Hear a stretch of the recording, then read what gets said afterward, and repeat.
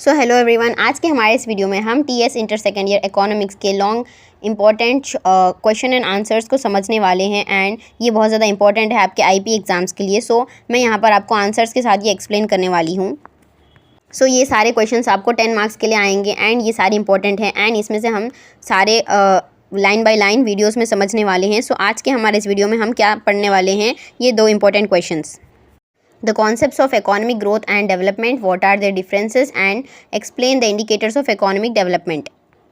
Economic growth, economic development, ये दो अलग तरह के कॉन्सेप्ट्स हैं और इनके बहुत सारे डिफरेंसेस है। सो बेसिकली इकोनॉमिक ग्रोथ उसको कहा जाता है जब एक कंट्री में एक सस्टेन्ड इंक्रीज़ हो रहा है कंट्री के रियल नेशनल आउटपुट में, यानी कि जो कंट्री की जीडीपी होती है जिसको हम ग्रॉस डोमेस्टिक प्रोडक्ट कहते हैं, और इसके अंदर हम जो सारे गुड्स एंड सर्विसेज को हम प्रोड्यूस करते हैं एक साल में उसको हम मेजर करते हैं और ये कितना इंक्रीज़ हो रहा है हर ईयर में।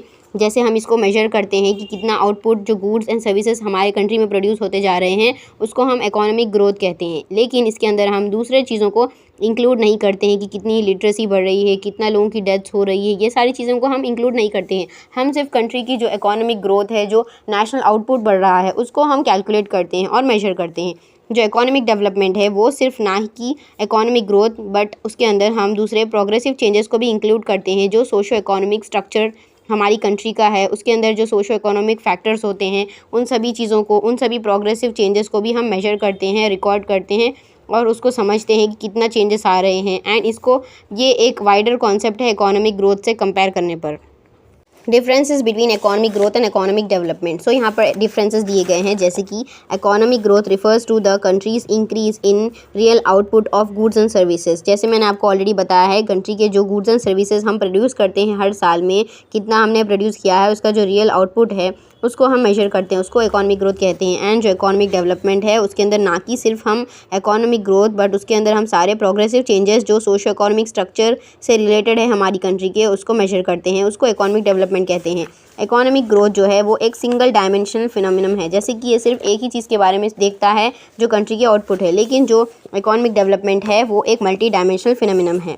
Economic growth explains mainly about the quantitative changes in the economy, यानी कि जो हमारी कंट्री में कितनी क्वांटिटी के गुड्स एंड सर्विसेज इंक्रीज़ हो रहे हैं, प्रोड्यूस हो रहे हैं क्वांटिटी में, उसको हम काउंट करते हैं। लेकिन जो इकोनॉमिक डेवलपमेंट है उसके अंदर हम क्वांटिटेटिव के साथ साथ क्वालिटेटिव चेंजेस के बारे में भी बात करते हैं।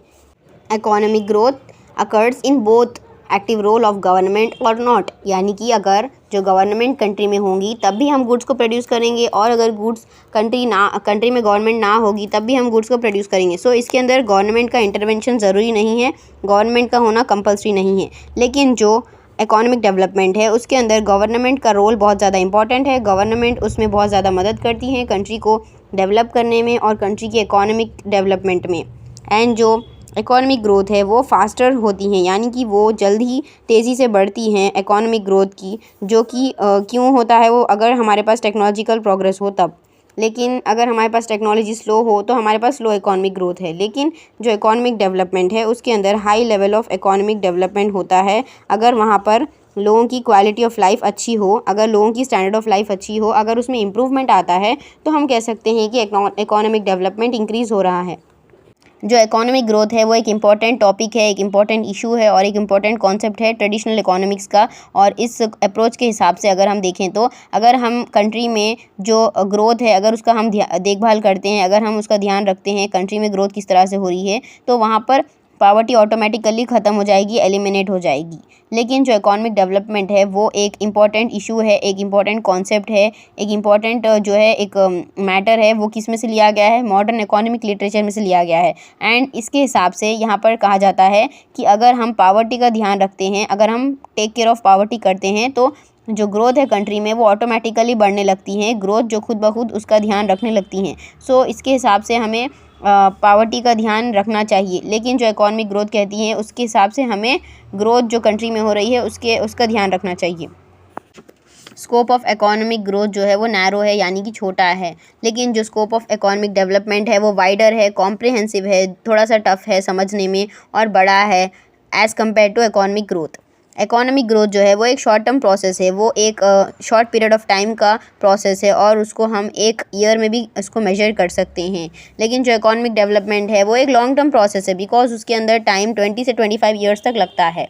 इकोनॉमिक ग्रोथ जो है वो एक रेलेवेंट कॉन्सेप्ट है in the case of developed countries, यानी कि जो डेवलप्ड कंट्रीज़ है वहाँ पर हम देख सकते हैं वहाँ पर इकोनॉमिक ग्रोथ का कॉन्सेप्ट चलता है। लेकिन जो इकोनॉमिक डेवलपमेंट है वो एक मेन इशू है, एक बड़ी प्रॉब्लम है, समस्या है डेवलपिंग कंट्रीज़ में, जैसे कि इंडिया। यहाँ पर हमें इकोनॉमिक डेवलपमेंट पर ध्यान देना पड़ता है बिकॉज़ यहाँ पर हमारी कंट्री डेवलप हो रही है और इसके अंदर बहुत सारे प्रोग्रेसिव चेंजेस की ज़रूरत है। देयर में और may not be any social change in the case of economic growth, यानी कि जो इकोनॉमिक ग्रोथ होती है उसके अंदर हम कोई भी सोशल चेंज नहीं देखते हैं। कोई भी सोशल चेंज जैसे कि लोगों की हेल्थ या फिर एजुकेशन या फिर जो लिटरेसी है उसके रिलेटेड हम कुछ भी बात नहीं करते हैं। सिर्फ हम वहाँ पर आउटपुट को गिनते हैं, कितना आउटपुट इंक्रीज़ हो रहा है। लेकिन जो सोशल चेंजेस है वो कंपलसरी है in the case of economic development, यानी कि हम इकोनॉमिक डेवलपमेंट को तभी मेजर कर सकते हैं जब वहाँ पर सोशल चेंजेस होंगी, लोगों की हेल्थ इंप्रूव होगी, लोगों की स्टैंडर्ड ऑफ लिविंग इंप्रूव होगी। ह्यूमन डेवलपमेंट इंडेक्स की मदद से अगर लोगों की लाइफ इंप्रूव होगी, लाइफ एक्सपेक्टेंसी एंड जो लिटरेसी रेट है अगर वो इंप्रूव होगा तो हम कह सकते हैं इकोनॉमिक डेवलपमेंट हो रहा है कंट्री में। एंड जो इकोनॉमिक ग्रोथ है वो वो नहीं इंडिकेट करता वहाँ पर कितना डिस्ट्रीब्यूशन हो रहा है एक कंट्री की इकोनॉमी और वेल्थ में, वहाँ पर वो नहीं बताता है। लेकिन जो इकोनॉमिक डेवलपमेंट है इसके अंदर हम इस कॉन्सेप्ट को समझ सकते हैं जो कि distribution of income and wealth in the economy के बारे में है। So explain the indicators of economic development. So यहाँ पर क्वेश्चन में पूछा गया है कि जो इकोनॉमिक डेवलपमेंट है हम उसको किस तरह से मेजर करते हैं, उसके क्या इंडिकेटर्स है।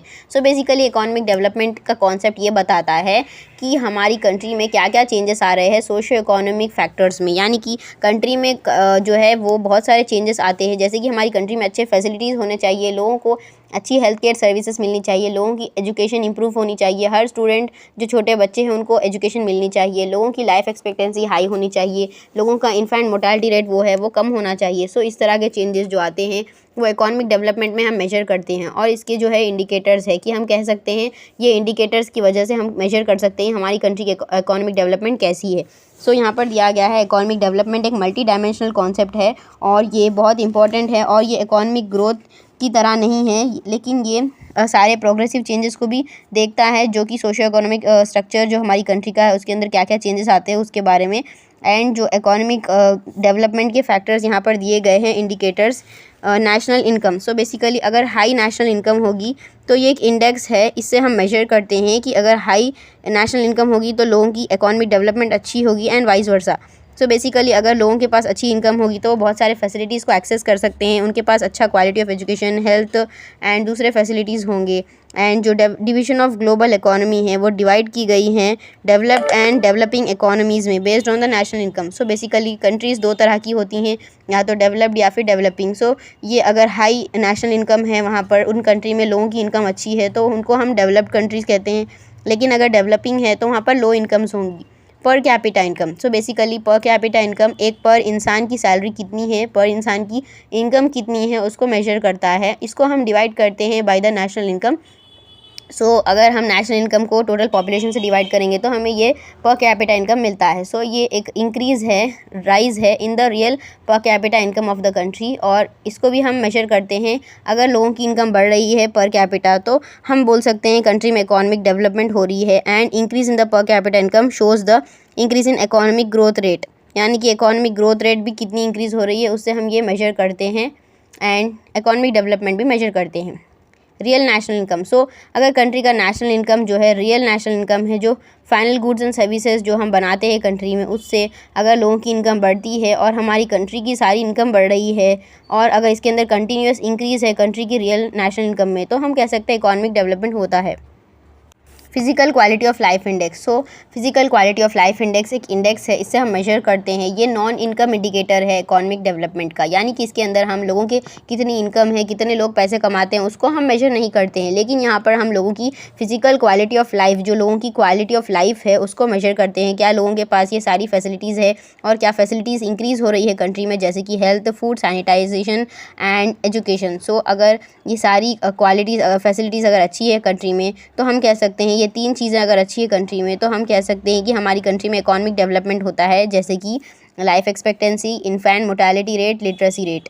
सो अगर लाइफ एक्सपेक्टेंसी अच्छी है, लोगों की लाइफ अच्छी है कंट्री में, लोग अच्छे से जी पाते हैं और अगर छोटे बच्चों की मौत नहीं होती है, डेथ्स नहीं होती हैं या फिर जो लिटरेसी रेट है, अगर वो एजुकेशन अच्छा है, तो हम कह सकते हैं यहाँ पर इकोनॉमिक डेवलपमेंट है। And human development index, so human development index भी एक स्टैटिस्टिकल टूल है एंड इसे मेजर करते हैं कंट्री का overall achievement in the social as well as economic dimension. So यहाँ पर 3 आइटम्स है, ये भी दिए गए हैं। अगर कंट्री में ये 3 चीज़ें अच्छी होंगी तो हम कह सकते हैं ह्यूमन डेवलपमेंट हो रहा है कंट्री में।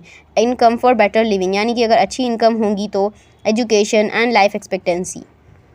Gender related development indicator, so basically जो जेंडर है यानी कि जो मेन एंड वुमेन है, दोनों को अगर इक्वल राइट्स, इक्वल अपॉर्चुनिटीज़ होंगे एजुकेशन में, लाइफ में, और उनकी अगर सारी जो अपॉर्चुनिटीज़ है उनकी कैरियर में, वो अगर सारी चीज़ें अच्छी होंगी जेंडर के रिलेटेड, तो लोगों को हम कह सकते हैं उस कंट्री में अगर जेंडर के रिलेटेड कोई प्रॉब्लम्स ना हो, अगर उनमें कोई इनइक्वालिटीज़ ना हो, तो हम कह सकते हैं कंट्री डेवलपमेंट की ओर जा रही है।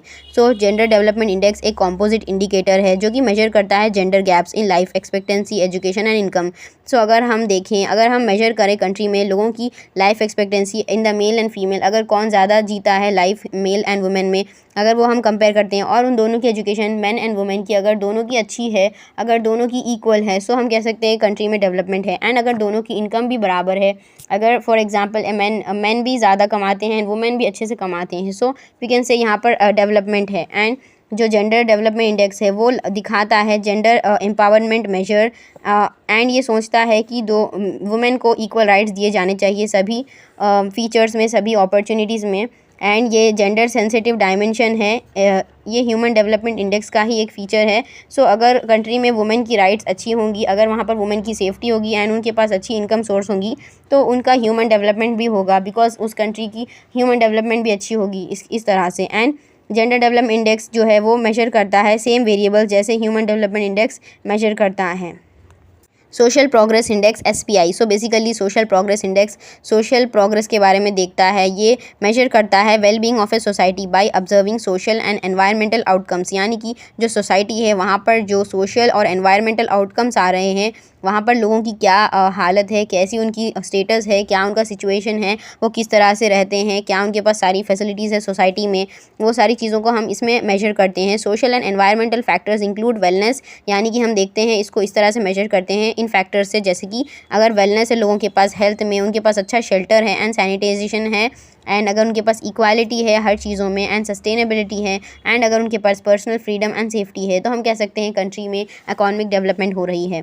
मल्टी डायमेंशनल पॉवर्टी इंडेक्स, अगर हम इस इंडेक्स से भी हम मेजर करते हैं कि लोगों को क्या किसी तरह की पॉवर्टी से गुजरना पड़ रहा है। सो MPI डिज़ाइन किया गया था ताकि हम देख सकें, इलस्ट्रेट कर सकें many deprivations faced by most severely disadvantaged people, यानी कि हम मेजर करते हैं कि कितने लोग यहाँ पर डिसएडवांटेज्ड है, क्या कितने लोग यहाँ पर गरीबी की लाइफ जी रहे हैं, क्या उनके पास पावर्टी हो चुकी है, अगर उनको इस तरह से चीज़ों से गुजरना पड़ रहा है तो उसको मेजर करते हैं। कंट्री में कितने लोग गरीब है इसको हम मेजर करते हैं। एंड ये मल्टी डायमेंशनल है एंड इसके अंदर हम 10 कंपोनेंट्स को इंक्लूड करते हैं, जैसे कि क्या लोगों के पास एसेट्स है, क्या उनके पास अच्छा न्यूट्रिशन है, क्या उनके पास एक्सेस है सेफ़ ड्रिंकिंग वाटर के लिए, क्या उनके पास सैनिटाइजेशन के लिए एक्सेस है, एंड क्या उनके पास स्कूलिंग है, क्या वो कई सालों से पढ़ रहे हैं। अगर ये सारी फीचर्स उनके पास अच्छी है तो हम कह सकते हैं वो लोग पॉवर्टी में नहीं आते हैं। लेकिन अगर उनके पास ये सारी चीज़ों के लिए एक्सेस नहीं है, अगर उनको उतने भी पैसे नहीं है कि वो बेसिक नेसेसिटीज़ को अफोर्ड कर सकते हैं, वो हम कह सकते हैं वो लोग पॉवर्टी में जी रहे हैं। इकोनॉमिक ग्रोथ यानी कि हम इसमें मेजर करते हैं कि अगर इकोनॉमिक ग्रोथ भी कंट्री की अच्छी हो तो इकोनॉमिक डेवलपमेंट भी हो रहा है। सो इकोनॉमिक ग्रोथ हम जैसे ऑलरेडी डिस्कस कर चुके हैं, ये increase in the countries real output of goods and services, यानी कि जो कंट्री में गुड्स एंड सर्विसेज कितने इंक्रीज़ हो रहे हैं, कितने प्रोड्यूस हो रहे हैं, अगर हर साल वो अगर ज़्यादा इंक्रीज़ हो रहे हैं तो हम कह सकते हैं कंट्री की इकोनॉमिक ग्रोथ हो रही है। और इससे हम मेजर करते हैं annual increase in GDP, GNP, GDP per capita and GNP per capita, जैसे कि हम जो GDP होता है gross domestic product, gross net product, gross domestic product per capita, इन सभी चीज़ों को अगर हम मेजर करते हैं, अगर इकोनॉमिक ग्रोथ हो रही है कंट्री में तो इकोनॉमिक डेवलपमेंट भी होती है। सो यहाँ तक हमने 2 LOQs को कवर कर लिया है एंड हमारे आने वाले वीडियोस में हम दूसरे क्वेश्चन आंसर्स को समझने वाले हैं जो लॉन्ग है। एंड मैंने already short and very short question answers को ऑलरेडी एक्सप्लेन कर चुकी हूँ एंड उसको अपलोड कर रखा है। सो आप उन वीडियोज़ को भी चेकआउट कर सकते हैं एंड अगर आपको कोई डाउट्स हो तो आप पूछ सकते हैं।